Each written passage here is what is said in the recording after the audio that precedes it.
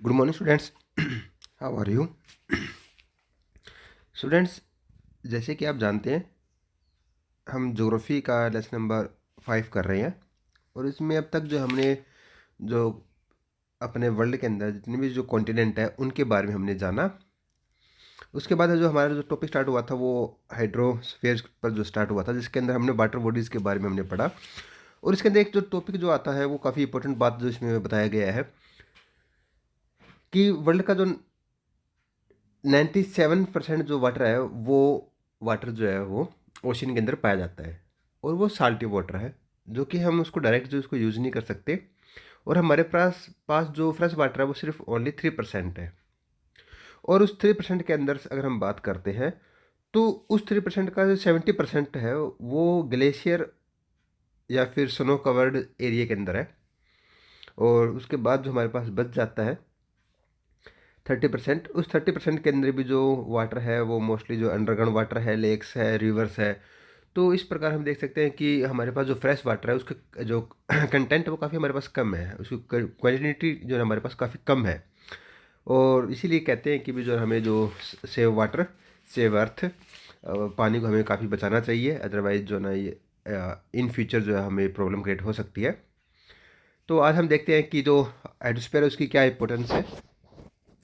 The hydrosphere comparing ocean, lakes, rivers, and other water bodies has great importance. All these water bodies are quite necessary for the uh, existence of life on Earth. तो बच्चों यहाँ पर क्या कहता है कि जो hydrosphere है वो हमारे ओशन के अंदर पाया जाता है, लेक्स के अंदर पाया जाता है, रिवर्स के अंदर पाया जाता है। और जितनी भी जो वाटर बॉडीज है उन सभी को मिलाकर जो है हम कह सकते हैं कि काफ़ी हमारे लिए इम्पोर्टेंट है। और ये हमें जो ना ये वाटर बॉडी जो ना हमें एक तरह से कह सकते हैं कि भी ये इसकी नेसेसरी हमारे लिए बहुत ज़रूरी है। और अर्थ के ऊपर अगर लाइफ चाहिए तो हमें जो है इसकी ज़रूरत जो है वो रहेगी। Life is impossible without water, कहते हैं कि जो वाटर है उसके विदाउट जो ना लाइफ जो है यहाँ पर इम्पॉसिबल नहीं है। Plants, animals and human beings can not survive without water, कहता है कि जो प्लांट्स है हमारे जो पेड़ पौधे हैं, वेजिटेशन जो है, उनके लिए भी, एनिमल्स के लिए भी और ह्यूमन के लिए, इन तीनों के लिए जो है ना हम कह सकते हैं कि विदाउट वाटर जो ना ये यहाँ पर अर्थ के ऊपर सर्वाइव नहीं कर पाएंगे। The benefits of oceans and seas to living being are as follows, कहते हैं कि जो ओशियन और सी है उनके लिए जो हम देख सकते हैं कि उनकी क्या बेनिफिट्स है, उसकी क्या इंपॉर्टेंस है, आगे उसके बारे में बताया गया है। तो यहाँ पर फर्स्ट पॉइंट आता है, ocean and sea are the source of food for our living beings, कहते हैं कि जो ओशियन और सी है उससे भी जो ना हमें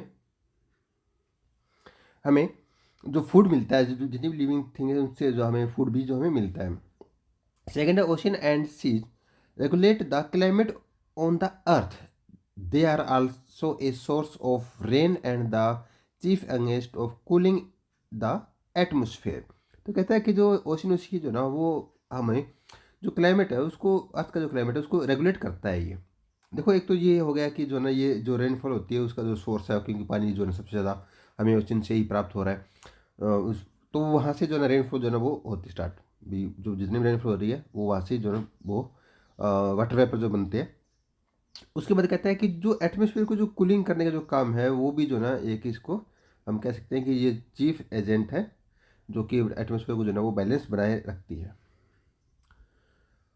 फोर्थ है,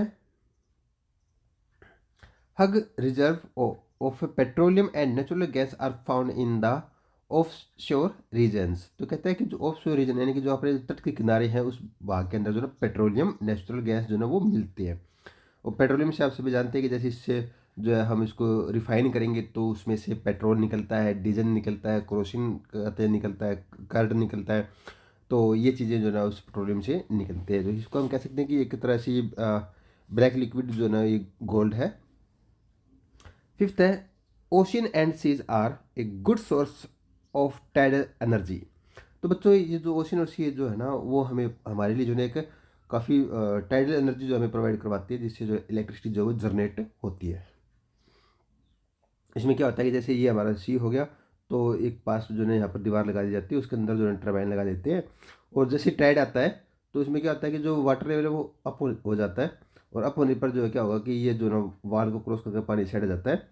जब ये क्रॉस करता है ना तो यहाँ पर जो टर्बाइन लगी होती है वो जो ना घूमेगी, और घूमने से जो ना क्या होगा कि इलेक्ट्रिसिटी जो है वो जनरेट होएगी। तो इस तरह से जो ना टाइडल एनर्जी भी जो ना यहाँ पर बनती है। 6 है, they also provide excellent means of transportation for people and goods. तो ये कहता है कि जो ट्रांसपोर्टेशन एंड गुड्स का जो पीपल और गुड्स का जो ट्रांसपोर्टेशन जो होता है काफ़ी अच्छा होता है, काफ़ी सस्ता रहता है। और मोस्टली जो अपने गुड्स है उसके लिए जितने भी जो हम कह सकते हैं कि इंडिया के अंदर जितना ट्रेड हो रहा है उसका 94% जो ट्रेड है वो सी रूट से होता है। तो इतना जो है बेनिफिट और इतना इंपॉर्टेंट है ये। It is much cheaper to ship goods by water than transport them by land और air.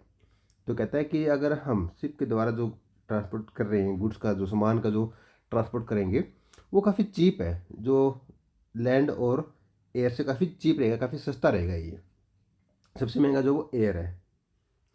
Hence, modern shipping has provided to be the cheapest link between landmarks। तो यहाँ पर यही बात वो कह रहा है कि ये जो लैंडमार्क है काफ़ी ये चीप रहेगा। तो ये थी बच्चों अपनी इंपॉर्टेंस ओशन और सी की। अब हम बात करते हैं कि ओशन जो है इसको कितने पार्ट्स में हम डिवाइड करते हैं। जैसे कि हमने जो लैंडमार्क्स था उसको हमने डिवाइड किया डिफरेंट कॉन्टिनेंट में, तो ऐसे जो हमने जो वाटर बॉडीज है उसके अंदर जो हमारे ओशंस है उसको हम डिवाइड करेंगे। Ocean constituted more than 90% of the total area covered by water। तो कहता है कि जो 90% जो एरिया है वो इससे ही कवर्ड है। Most of the southern hemisphere is covered by oceans and seas making it is the water hemisphere. कहते हैं कि जो जैसे अर्थ है, ये अर्थ का जो 0 डिग्री इक्वेटर लाइन होगी, इस साइड वाला जो होगा नॉर्थ हेमिस्फेयर हो गया, और ये वाला हो गया हमारा साउथ हेमिस्फेयर। तो जो साउथ हेमिस्फेयर है उसके अंदर जो वाटर बॉडीज या वाटर का जो परसेंटेज है वो ज़्यादा है, इसीलिए जो है इसको जो वाटर हेमिस्फेयर भी जो है वो बोल देते हैं। Ocean are large water bodies and the main constituent of the hydrosphere। The movement of ocean water is governed by the waves, tide and currents। तो यहाँ पर ये कहता है कि जो ना जो ओशन होते हैं वो काफ़ी लार्ज होते हैं, उसमें लार्ज वाटर बॉडीज जो होती है, और इसीलिए जो इसको जो है हाइड्रोस्फीयर जो इसको बोला जाता है। उसके बाद कहता है कि जो वाटर बॉडीज है वो मूवमेंट करती है, उसमें हलचल रहती है, और ये हलचल जो है वेव से, जैसे कि जो लहर उठती है, आप लोगों ने टीवी या पिक्चर देखी होगी जिसके अंदर जो किनारों के ऊपर जो काफ़ी लहर उठती है। टाइड के अंदर क्या होता है कि इसमें जो मून और सन की जो ग्रेविटी फोर्स की वजह से जो ना वाटर लेवल जो है अप डाउन होता है। यहाँ वेव्स और टाइड में काफ़ी डिफरेंट है। इसमें ये डिफरेंट चीज़ है कि वेव जो है ना वो किनारों के ऊपर होती है, और जो या फिर हवा की वजह से जो ना ये वेव्स उठती है। और जो टाइड है इसमें वाटर लेवल अप जाता है, उसमें लहर नहीं उठती, वाटर लेवल अप होता है, जिसमें हम कह सकते हैं कि मून और सन की ग्रेविटी फोर्स की वजह से ये मूवमेंट करती है। और दिन में 2 बार जो है ना वो टाइड आते हैं। और ये है ओशन करंट्स, जिसको हम बोल सकते हैं कि जो जिस तरह से अपने हमने देखा है कि रिवर और कैनाल के अंदर जैसे जो वाटर जो फ्लो करता है, जैसे बहता है, उसी तरह से जो ओशन है उस ओशन के अंदर जो वाटर है वो एक जगह रुकता नहीं है, वो मूवमेंट करता रहता है, वो चलता रहता है। और उसकी स्पीड जो हम देख सकते हैं कि 3 किलोमीटर पर आवर्स की स्पीड से जो है ना वो मूव करते हैं, तो उसको जो हम करंट्स बोलते हैं, धारा बोलते हैं। There are 5 major ocean on the earth. यहाँ पर 5 बता रहे हैं, वैसे मेजरली हम कह सकते हैं कि 3 ही जो है वो ओशंस है जो मेन है। 2 जो है वो इतना इनकी इंपॉर्टेंट नहीं है, बट यहाँ पर उन्हें तीनों पांचों को जो है वो मेजर इन्होंने बताया है।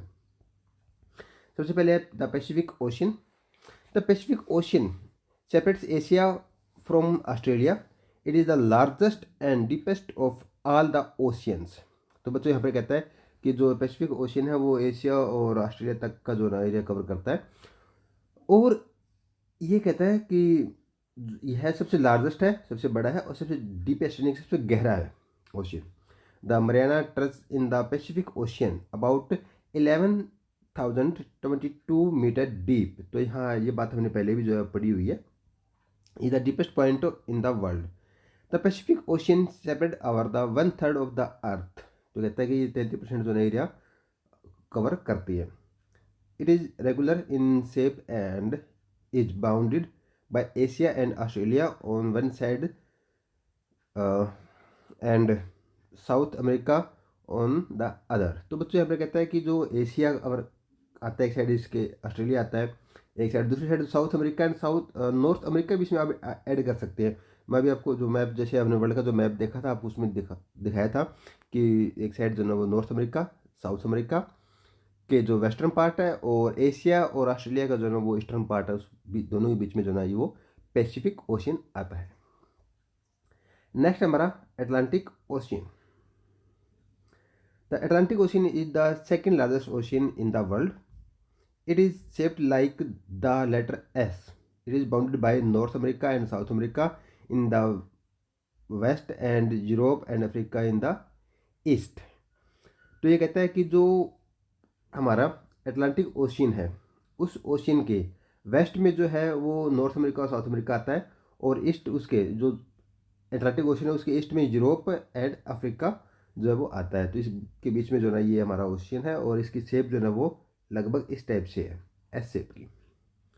The coastline of the Atlantic ocean is long and irregular, providing an ideal location for natural harbours. All the important sea routes pass through it and trade wise it is the busiest ocean। देखो बच्चों क्या कहता है कि जो ना ये इसके जो आउटलाइन है, यानी कि जो इसकी कोस्ट लाइन हम कह सकते हैं, इसके किनारे जो है ना वो एक बहुत अच्छे और सुटेबल है। वहाँ पर जो है पोर्ट इजीली बन सकते हैं, हार्बर जो है वो काफ़ी बने हुए नेचुरल हार्बर्स, यानी कि प्राकृतिक जो किनारे हैं वो काफ़ी बने हुए हैं वहाँ पर, जहाँ पर शिप जो है ना वो ईजिली वहाँ पर अपने आप जो गुड्स को जो है ना वो लोडिंग अपलोडिंग कर सकते हैं वहाँ पर पोर्ट के द्वारा। और उसके बाद कहते हैं कि ये जो ओशियन है वहाँ पर सी रूट काफ़ी अच्छे हैं, इंपॉर्टेंट सी रूट है। इसका रीज़न क्या है कि इसके साइड एक साइड यूरोप आ जाते हैं, अफ्रीका आ जाता है, और नॉर्थ अमेरिका साउथ अमेरिका आ जाता है। तो यहाँ यूरोप और नॉर्थ अमेरिका के बीच में जो है ना वो काफ़ी ज़्यादा जो है ना इनके बीच में ट्रेड होता है, क्योंकि ये दोनों जो कॉन्टिनेंट है वो डेवलप्ड कॉन्टिनेंट है, और जब ट्रेड होता है तो इन दोनों के बीच में काफ़ी ज़्यादा ट्रेड होता है। और इसकी वजह से क्या है कि ये जो रूट्स है वो काफ़ी बिजी रूट्स जो है वो बना हुआ है। और सबसे ज़्यादा हम कह सकते हैं कि वर्ल्ड के जो जितने भी जो पोर्ट्स है उसके 50% जो पोर्ट्स है वो यहीं पाए जाते हैं, और काफ़ी डेवलप्ड जो है ना पोर्ट मान सकते हैं इसे ओशन के दोनों किनारों पर। थर्ड है the Indian ocean. The Indian ocean is the only ocean named after a country, India. तो नो डाउट यहाँ पर जो बात कह रहा है बिल्कुल सच कह रहा है, क्योंकि जो इंडियन ओशियन है वो एक ऐसा ओशियन है जिसका नाम जो है कंट्री के ऊपर है, वो कंट्री जो वो इंडिया है। It is triangle in shape and is boundary by Asia in the north, Africa in the west and Australia in the east. तो इसकी जो बाउंड्रीज जो है यहाँ पर बताई गई है। और हम ये कह सकते हैं कि इसका जो मोस्टली जो पार्ट है वो साउथर्न हेमिस्फेयर के अंदर, नॉर्थर्न हेमिस्फेयर के अंदर जो ना इस इंडियन ओशियन का पार्ट सबसे कम है। फिर हमारा Arctic ocean. The Arctic ocean surround on the North Pole and lies within the Arctic Circle. It is connected with the Pacific Ocean by a narrow stretch of shallow water known as Bering Strait. It is bounded by North America and Eurasia in south. It remains covered with thick sheets of ice all around the year.